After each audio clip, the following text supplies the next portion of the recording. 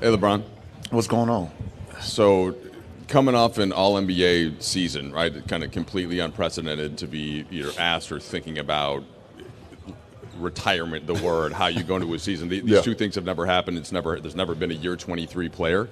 How do you square all that? Still playing at this level, Yeah. but closer to the end than the beginning. Right. I mean, I don't know. I mean, I'm excited about today. I'm excited about the opportunity to be able to play the game that I love for another season. And, whatever the journey, however the journey, lays out this year, I'm just like super invested because like you just said, I don't know when the end is, but I know it's a lot sooner than later. So, being super appreciative of the fact that I could come up here, do another media day and talk to you guys and do all the stuff around here. So just excited about the journey and whatever, this year has in store for me. LeBron, along those lines, you've said a version of that in this room a couple of times where, you don't really know what's going to come next. You don't know when you're going to feel that it's been enough. What are the things that are still pushing you to keep doing this? And does it feel closer? Or does it sort of feel like the same feeling as when you enter year 22 and year 21? Yeah, I mean, the things that still push me is the fact that the love of the game is still high. The love of the process is even higher. So that's what continues to push me to play this game. I mean, it's really that's simple. Me training and working on my body and trying to get my body as close to 100% as possible every year is something that's like it's a beautiful thing for me, and just continue to challenge and see how well I can, push myself to, play the game at a high level, recover at a high level, be able to sleep better, mentally prepare, try to stay sharp throughout the course of a long season, and just like the roller coaster of an NBA season. That's all like gratifying to me, no matter the good, the bad, the ugly. Like I love that process. So I think it's a bigger, so much that goes into it, more than just, picking up a basketball and shooting it at the rim. LeBron, Brad Turner from the LA Times. How you doing, Brad? Nice to meet you. Back again. How much does having a young partner like Luka weigh in your decision and your future going forward? Say it again? How much does having a young partner like Luka, a savant basketball player, how much will that weigh into your decision as you go forward with this season? As far as how long I go in my career? How long you can in your career, right? Nah, zero. The motivation to be able to play alongside him every night, that's super motivating. That's what I'm going to train my body for, every night that I go out there and try to be the best player I can for him. And we're going to bounce that off one another. But as far as me weighing in on, him and some of my other teammates of how far I go in my career now, it would be literally my decision along with my wife and, two of my boys are already gone. Well, shit, one of them is somewhere around here.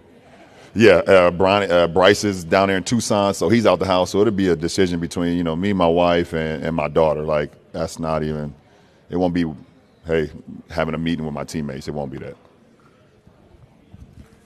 Tuking to win. Hi.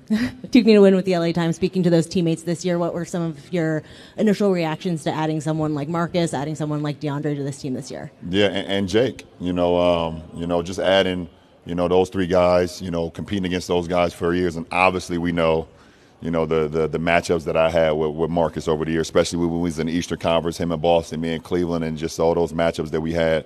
Happy to have him. I know what he brings to the game. I know, that team is first, second, third, fourth, fifth when it comes to Marcus Smart. Adding a big guy like D.A., his skill set is very high. His athleticism is high. And so I think he adds another dynamic to our team along with Jackson. That'd be a great 1-2 punch at our center position. And then adding a wing like Jake, a big wing who can shoot the ball, can handle the ball, but his toughness, sneaky athletic as well. It's going to be great for our ball club, and I'm just looking forward to seeing how it comes together. And the best thing about it, we have a full year starting off at training camp. I think that's going to be very good for our ball club. Going into this year. Kobe Price, SoCal News Group. When we spoke with JJ on Thursday, he was asked about you, Luka, and Austin. The chemistry working together. He mentioned a meeting he had with Sean McVay. He mentioned utility plays as a takeaway from the conversation, plays where you guys can all be involved together. What can a preseason and training camp do for the chemistry for you guys, and where's the excitement level of you guys, I guess, furthering that chemistry, furthering development? No, I just think it's about time. The more and more time that we're together, the better we're going to be. And I think just having it start from day one. Obviously, us grabbing Luka, whenever that time period was, it took us all, time to transition into how we wanted to play as a team, as individuals, whatever the case may be. But, having day one, and the coaching staff having another year under their belt on how we all can complement each other, play with our strengths, play to the team, and be able to, not be looking to see who can make the play, but all of us figuring out how we can make plays together. And I think it's going to be beneficial to us having that chemistry from day one, which we will have because of how we was able to finish the season off last year. LeBron over here, Jim Hill, KCAL 9 News, to your right. Jim, what's up? Good to see you. How you doing? Good luck this year. No, thank you. Where and how did you develop the passion that you have? You mentioned that word before several times. Yeah. Where and how did you develop a passion that you have for this game? Well, it started when I was super duper young, and it literally got me out of the situation I was in, meaning like sports has done so much for all of us, obviously, but I can speak to me as a 8-year-old kid to be put into sports and get out of the inner city and get out of the ghetto at the time. It gave me I could get away from reality for 2, 3, 4 hours, being on a basketball court as an 8-year-old kid and running around and enjoying it with, guys that I just met, or being on a football field and being able to just feel the breeze of the air and being able to have competition and maybe even letting some anger out on the football field because of what you got going on, in your regular life. So, I think the passion kind of started there. And then when you put in the work and you start seeing the results of things happen, I think that also creates it more and more and more over the years. And I think it just stuck with me. I've always wanted to be, I guess when I decided that I wanted to make this basketball thing real, and I figured out that I had a lot of talent. I figured out I had the demeanor and the passion for it. I was like, I just want to put everything into it to try to be the greatest that I can possibly be for me, and I think it all just tied in, over the course of the years. LeBron, last season at this time, you were talking about how the Olympics opened up a memory of competing at a certain level. Was there something this offseason that maybe gave you a similar reflection or opened up another revelation about this next chapter for you? I think the chapter of just competition and how hard it is to prepare for a season. If you look at the landscape of our off season in our league, you can see some of the acquisitions that's happened all over our league, and especially in the Western Conference. The Western Conference is super tough, super competitive, and that's great. We wouldn't want it any other way to be able to go out and compete versus some of the best teams, best clubs, best personnel that you have every single night, and understand what you're playing for. So. Yeah, I watched a lot of the Eurobasket, games this off. Obviously, a lot reason was because Luka was playing. I was seeing what he was doing with Slovenia and things of that nature. But just the love of the game and the passion for it just gets me excited. LeBron, when you opted into your contract this year, your agent released a statement saying that you were looking to compete for championships, evaluating the roster, stuff like that. The competitive level, it sounds like you feel pretty good about it, but is that the case, that you feel pretty good about the way the roster's shaped up this year? Yeah, I'm excited about getting to work, and I'm excited about to see what we can do.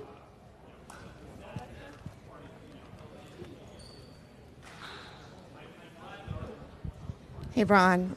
A couple of years ago, you said you enter every single season with something to prove. Presumably, last season it was playing alongside Bronny. What do you want to prove this season, and is there a chance that you would hold on to play alongside Bryce? As far as prove, I just think for me personally, just trying to go out there and just be the best player I can be every night, both as far as my game, but also just mentally, just staying present and things of that nature, knowing that the end is soon, not taking for granted, Tuesday night in the city that maybe I don't want to be in that night. But, like, seriously, like, let's lock in, and because you don't know how many times you get the opportunity to play the game, or to be able to compete. So, there's times where you wake up and you just feel like you just don't have it, So those will be the days where I know I can lock back in real fast, like, okay, well, you won't have many days like this, so let's lock in and enjoy the moment, enjoy the rest of the ride. So that's the exciting thing about it, and understanding, like, how present I can be and how present I will be. I'm not sitting here. No, I'm not waiting on Bryce. No, I don't know what his timeline is. He's his own young man now. Like, he's down in Tucson. We'll see what happens this year, next year, But he has his own timeline. I got my timeline, and I don't know if they quite match up, but we'll see. Hey, LeBron. It feels like over here. Sorry, it's right. Yeah. Hey, it feels like so much of the discourse about you heading into this season, and also even to a degree heading into last season, was about your age and about people's sort of expectations, or like what someone could hypothetically do at that age. And it does sort of feel like that discourse is a little bit divorced from the actual product you put on the floor last year and the level that you're still playing at. I'm wondering what that experience is like for you, like hearing that discourse and knowing, I guess, how much you still have shown you have left in the tank. Yeah, I mean, it's pretty cool to, like, I don't know, just to know how many miles I got as far as this game in my 22 years, now starting 23 years, and to still be able to play at a high level, to still be able to go out there and can make plays and be respectful on the floor. It takes. I mean, it's just super humbling and gratifying for me personally. I love to play the game, and I love to play at a high level. And for me, age is kind of just a number, but it is reality too, though. I mean, you look at the history of the game, it's not been many guys at my age, or especially going in the year 23, that's been able to play at a level like that. And I'll just try to not take it for granted and just try to give the game as much as I can, inspire whoever I can, the younger generation, my generation, the generation after me, the generation to come, and just like, I think you are of age which you, I guess, tell your mind you are. And I'm around a lot of young guys. I'm around a 10-year-old daughter who's running through the house all day, every day, screaming. I got an 18-year-old son who's in Tucson. He see him on TikTok dancing with his mom and his sister. And my 20-year-old is right over there, turning 21 in a week. Like, how could I not feel young? And then, I mean, my wife is beautiful. I look good. I mean, I look at my age as like the wine that I drink. The older wine I drink, the better it is. What's up, BT? So, like, I feel great. I mean, I don't know. I sleep well, I guess. Bron, in previous media days, you've said that there's always like one skill or thing that you focus on trying to improve over the summer. What was your focus this? My golf swing. That's the one skill I was trying to improve this summer. Look better. I don't know. Probably I spent a lot of time on my catch and shoot, 3-pointers. Probably seen a couple of videos, either me reposting, me working out with Chris Johnson, during my summer workouts.